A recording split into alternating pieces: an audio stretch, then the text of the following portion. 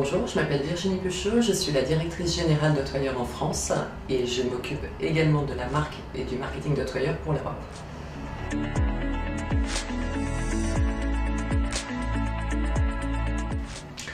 Le rôle d'Hotwire, c'est d'accompagner les entreprises qui œuvrent dans la tech et de révéler leur potentiel, ou d'accompagner celles qui s'appuient sur les nouvelles technologies pour développer leur business model. Et nous avons toujours fait ça depuis 20 ans.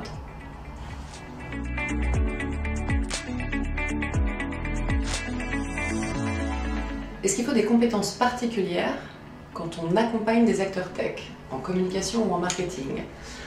Oui, il en faut. J'en vois trois là immédiatement. La première, c'est qu'il faut réussir à contextualiser le discours. Quand on travaille avec des acteurs issus du domaine de la tech, très souvent on travaille avec des ingénieurs, c'est-à-dire avec des gens qui sont très précis, qui tiennent à la justesse de l'information, qui ne veulent pas du tout qu'on compromette leurs propos.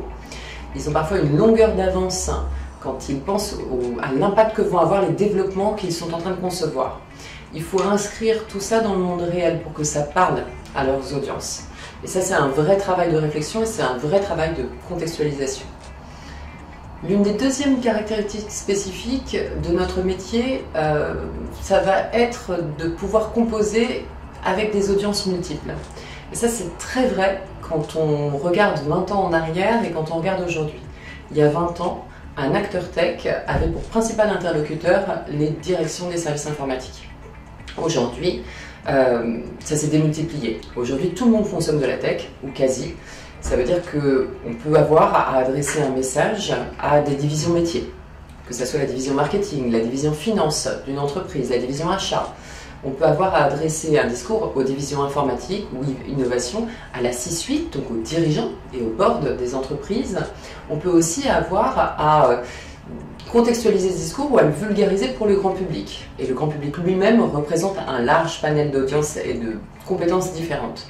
Donc arriver à adapter le discours en fonction de chacune des audiences et à composer avec les canaux qu'utilisent ces audiences, c'est une caractéristique très spécifique. Enfin, la dernière, c'est d'arriver à valoriser les éléments tech du discours. C'est pas parce qu'on fait de la tech qu'on fait forcément de l'innovation ou qu'on arrive à mettre en avant l'innovation. La tech peut être une mécanique, un moyen de parvenir et non pas, et pas toujours, être mise en valeur comme elle le devrait. C'est un vrai exercice d'arriver à tirer les éléments d'innovation de la tech sans tomber dans le tech-washing pour pouvoir rendre la tech finalement assez sexy et intéressante.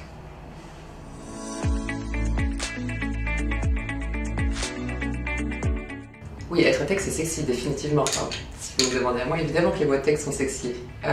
Les boîtes tech sont sexy aujourd'hui. Si on doit revenir 20 ans en arrière, elles n'étaient pas exactement sexy. Si vous vous rappelez les illustrations, les représentations qu'on a de ce qu'on définissait comme un geek, il y a 20 ans, on n'était pas forcément sur un profil sexy. On était plus sur un ado boutonneux avec des lunettes, peu apte socialement. Les entreprises technologiques, on était un petit peu dans le même registre. On était sur des entreprises obscures parce que mal comprises et donc assez ennuyeuses. Et on est passé au cours des 20 dernières années de quelque chose de très boring à quelque chose de très sexy, un faire-valoir. Aujourd'hui, être estampillé tech, se revendiquer tech, c'est un gage de capacité d'innovation. Mais il y a encore 10 ans, on était dans un secteur, dans un discours très différent. J'ai souvenir de mes collègues américains qui revendiquaient l'étiquette tech pour Hotwire, lorsque mes collègues espagnols et européens voulaient à tout prix la localiser par une étiquette innovation. Aujourd'hui, même le CEO d'une marque comme Levi's indique qu'il ne fait plus que des jeans, que Levi's est devenu une marque tech.